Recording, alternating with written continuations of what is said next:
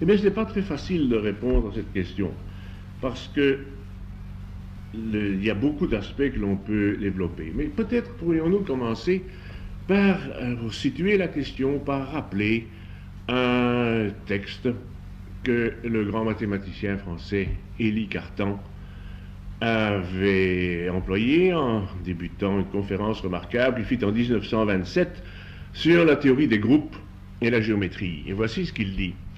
Il fait allusion à la tendance générale de la physique moderne qui répugne, dit-il, à l'idée de soumettre des lois a priori, faisant intervenir dans chaque région de l'espace tout entier. Et c'est exactement cela qui caractérise et qui oppose en quelque sorte une simple application de la théorie de la relativité à la théorie de Fred Hoyle. C'est que Fred Hoyle, en présentant sa steady state theory, implique que l'univers tout entier satisfait à un groupe particulier qui vérifie tout l'ensemble de l'espace. Mais peut-être pourrait-on encore l'expliquer plus clairement, parce que je vois que ce n'est pas très clair ainsi. On pourrait peut-être l'expliquer plus clairement en se disant ceci. Avant, il y a très longtemps, avant la théorie de l'expansion de l'univers, il y a une quarantaine d'années, eh bien, on s'attendait à ce que l'univers soit statique, à ce que rien ne change. Eh bien, c'était au fond une idée a priori qui impliquait tout l'ensemble de l'univers. Qui correspondait à l'expérience. Non, pas du tout. Pas du tout. C'était une idée a priori, pour laquelle il n'y avait aucune expérience. Et les faits relatifs à l'expansion de l'univers ont rendu cette théorie inadmissible. Alors on s'est rendu compte qu'il fallait admettre un changement. Mais ceux qui, comme tenaient à ce qu'il n'y ait pas de changement, ont voulu minimiser ce changement. Et on dit, eh bien, il faut bien admettre que ça change, mais que ça change le moins possible. Eh bien, que ça change simplement d'échelle. Que tout se reproduise, mais à une échelle un peu plus grande, que tout se reproduise de la même façon. Et c'est cela qui a d'abord été introduit par Milne, et ensuite sous le nom de principe cosmologique, et plus tard, ici, principe cosmologique parfait, et ensuite, l'idée même donc de la steady state theory. Et c'est bien cela, n'est-ce pas, que nous pouvons trouver dans ce texte. Il dit, if you try to say there is some sort of coherent plan in the universe, I think I would agree. C'est l'idée qu'il y a un plan. Ce n'est pas l'idée que l'univers a des lois et que ces lois bâtissent plus ou moins quelque chose de plus ou moins cohérent. C'est l'idée qu'il y a un plan. Évidemment, c'est un fond une idée du type de Leibniz, que l'univers est fait pour le mieux possible, d'un type de Leibniz probablement panthéiste. Nous le voyons bien d'après les idées personnelles que Hoyle développe, n'est-ce pas? Mais en tous les cas, du point de vue scientifique, une idée qui a un plan d'ensemble. Tandis que la théorie, l'idée générale de la physique, comme l'exprimait Cartan, c'est que les lois sont locales, sont différentielles, et que l'ensemble ne peut pas avoir une très grande régularité, comme l'attend Hoyle. Ne doit pas nécessairement avoir cette régularité. On ne doit pas nécessairement l'avoir et qu'on ne doit pas l'attendre. Et d'ailleurs, c'est bien ce que Hoyle sent, c'est qu'il y a une difficulté à l'admettre. Et vous vous rappelez qu'il nous disait que lorsqu'il a commencé cette théorie, il a cru devoir la rejeter. Et l'expression qu'il notait, well, nothing much happened. Nothing much happened. N'est-ce pas, pour un temps. Parce que, dit-il, il devrait y avoir création. Mais qu'est-ce que ça veut dire, ce mot création? Ce mot création, au fond, ça entraîne toute une résonance philosophique ou religieuse qui n'a rien à voir avec la question. Derrière ce mot de création, qu'est-ce qu'il y a? Il y a tout simplement que l'apparition de l'hydrogène, comme la suppose Hoyle, est quelque chose de tout à fait fantastique et inattendu. C'est pour ça qu'il a employé le mot création. C'est absolument inattendu. Et si je devais employer une autre image pour exprimer la même chose, je dirais que cet hydrogène apparaît de manière totalement inattendue comme un fantôme. C'est une sorte de fantôme tel qu'ils apparaissent, paraît-il, dans les châteaux d'Écosse. Et introduire une sorte d'hydrogène fantomal ainsi pour pour éviter la difficulté qui se présentait. La difficulté qui se présentait, c'est que le principe de steady state paraissait en opposition avec la conservation de l'énergie, avec au fond ce qu'il y a de plus sûr, de plus solide en physique. N'est-ce pas? Eh bien, pour maintenir tout de même cela, on admet une production d'hydrogène absolument fantomale. Et qu'est-ce que l'on peut attendre d'un hydrogène apparaissant ainsi, sans aucune raison physique, sans aucune connexion normale? On pourrait tout au plus attendre qu'il disparaisse comme il est apparu.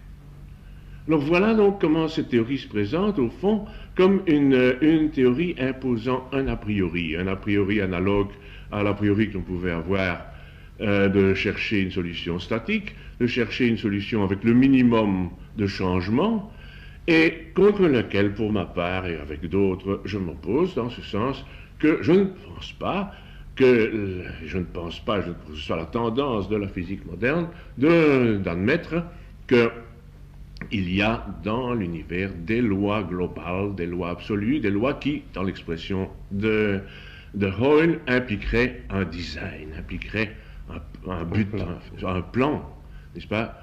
Ce n'est pas comme cela, enfin, que je puis me représenter les choses. Vous êtes un des créateurs d'une théorie qui est une partie, si vous voulez, dans l'ensemble de ce que Hoyle appelle les Big Bang Theory, donc les théories de la grande explosion. Quelle est votre théorie, si c'est possible, bien entendu, Monseigneur, de l'expliquer en quelques mots seulement? Mais écoutez, je ne voudrais pas, la question est trop vaste comme ceci, mais enfin, Hoyle reconnaît qu'il y a beaucoup de théories qu'il appelle Big Bang Theory, n'est-ce pas? Et moi, je ne sais pas jusqu'à quel point les flèches qu'il décoche contre ces théories réellement atteignent leur but. Mais pour ce qui concerne la théorie la plus ancienne parmi ces théories, et celle donc que j'ai proposée en 1931 sous le nom d'hypothèse de l'atome primitif, j'ai l'impression que ces flèches ne m'atteignent pas du tout. Et je suis même un peu étonné qu'ils ne s'en rendent compte pas tellement, parce qu'enfin, nous avons tellement souvent eu l'occasion de causer, M. Hoyle et moi, et de la manière la plus amicale, n'est-ce pas, que j'ai l'impression qu'il s'est surtout attaché à ce qu'il s'imaginait de ces théories plutôt que, et surtout que l'aspect particulier d'ailleurs, que j'ai toujours développé. Et je pense donc que cette théorie échappe à ça. Je ne vais donc pas essayer, je ne vais pas développer l'ensemble de la théorie, mais je voudrais dire essentiellement en quoi elle échappe. Et il dit essentiellement que, d'après ces théories, j'aimerais retrouver son texte exact, and quite early on the game, all the galaxies are supposed to have formed, and then should therefore be and so on. Mais ce n'est pas du tout ainsi que j'ai jamais considéré la théorie de l'atome primitif. Il y a un commencement, nous y reviendrons peut-être à d'autres aspects, un commencement très différent de l'état actuel du monde, un commencement de multiplicité qui peut être décrit pour autant qu'on peut le faire sous forme de la désintégration de toute la matière existant sous forme d'un atome. Quel va être le premier résultat de cette désintégration, pour autant qu'on peut suivre la théorie? Eh bien, c'est d'avoir un univers, un espace en expansion, rempli par un plasma, par des rayons très énergiques allant dans tous les sens. Quelque chose qui ne ressemble pas du tout à un gaz homogène. Alors, par un procédé que l'on peut vaguement imaginer, mais malheureusement qu'on ne peut pas suivre fort en détail, il a dû se former localement des gaz par place, des nuées gazeuses animées de grande vitesse. Des condensations. Il ne s'agit pas de condensation, oui, des gaz, pas précisément des condensations, parce que tout l'univers tout le plasma était ainsi d'une manière quasi homogène. Il a dû se former par place du gaz, qui a alors arrêté les rayons, et dans ce processus d'arrêt, quel que soit le détail dans lequel ça se fait, il est évident que les noyaux très élevés ont dû se briser finalement, ont dû produire beaucoup d'hydrogène. De sorte que, au point de vue du développement vraiment astronomique de l'univers, on se trouve devant des nuées gazeuses distinctes qui sont presque entièrement de l'hydrogène. Or, c'est là l'essentiel de la théorie de Hoyle, c'est de commencer avec de l'hydrogène. L'essentiel, n'est-ce pas, la différence, c'est de savoir si cet hydrogène s'est produit naturellement par un processus physique raisonnable, ou au contraire, si c'est une sorte d'hydrogène fantomal qui arrive tout juste avec la quantité voulue pour vérifier une loi posée a priori. Évidemment, on peut s'attendre à ce qu'une partie de ces rayons ait échappé à ce processus de condensation. Et là, nous avons un élément différent peut-être dans la théorie de l'atome primitif, c'est que une partie des rayons ont échappé, ne contenant presque pas d'hydrogène, et que ces rayons peuvent se retrouver, et que l'on peut espérer qu'ils se trouvent, dans les rayons cosmiques. C'est une théorie qui a été avancée non seulement par moi-même, mais par Wegener il y a bien longtemps, qui appelait les rayons cosmiques des rayons fossiles, en ce sens qui sont des témoignages des tout premiers âges du monde, et que pour ma part, je préférais appeler les rayons du feu d'artifice primitif, qui se sont conservés dans l'espace remarquablement vite et nous parviennent en nous témoignant, en nous donnant un témoignage des premiers âges du monde. Évidemment, un peu de poésie là-dedans. Quoi qu'il en soit, n'est-ce pas, le point de départ reste le même, c'est l'hydrogène, que ce soit de l'hydrogène créé, que ce soit de l'hydrogène provenant d'autre chose. Bondy nous assure que les travaux de Hoyle ont été inspirés par la steady state theory et qu'ils n'auraient peut-être pas été produits si Hoyle n'avait pas inventé la steady state theory. Je reconnais que c'est certainement au moins une très grande excuse pour cette théorie, parce que j'ai la plus grande admiration pour ces travaux de Hoyle qui ont apporté quelque chose de tout premier plan, tout à fait solide, que la manière dont lui-même, avec des collaborateurs, a pu montrer comment, à partir de l'hydrogène, pouvaient se former dans les étoiles les différents corps, est un résultat de tout premier plan, et je dirais presque d'un niveau beaucoup plus solide que tout ce que nous pouvons faire comme théorie cosmogonique. Donc si réellement c'est cette idée de steady state théorie qui a rendu cela possible, eh bien, je m'en réjouirais.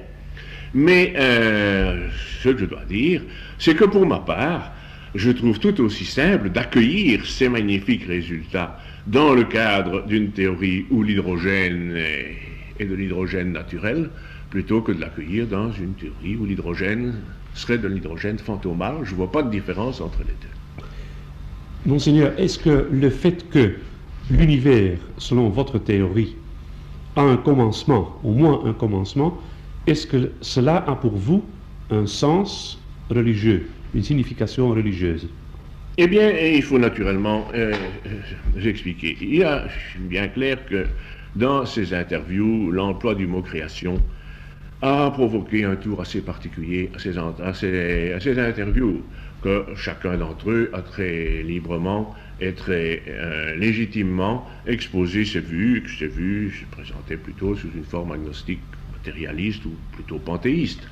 Je ne pense pas qu'il y aurait le moindre intérêt, le moindre avantage que j'oppose à ces positions, vu que tout le monde connaît, et que je fasse ici une profession de mes convictions religieuses. Ça n'aurait pas beaucoup de sens. Aussi, je pense que le point de vue est plutôt de répondre à votre question en écartant justement ce que beaucoup de gens imaginent, c'est que je défends l'atome primitif, je ne sais pas moi avec quelle idée, quelle arrière-pensée religieuse. N'est-ce pas? Naturellement, personne ne sait exactement quelle est sa psychologie et ce qu'il fait réellement. Mais non seulement consciemment, je n'ai pas du tout cette idée, n'est-ce pas? Mais même, n'est-ce pas, je pense que l'impact de ces théories dans le problème philosophico-religieuse est essentiellement différent. C'est un point évidemment un peu délicat, j'ai un peu peur d'y le développer en quelques mots maintenant. Je l'ai développé très largement dans une conférence que j'ai faite il y a quelques mois à Namur et qui a été sur vos ondes, mais à l'antenne française, l'expression française, n'est-ce pas? Et c'est justement que si ma théorie est correcte, elle fait en quelque sorte disparaître le problème philosophique de la création.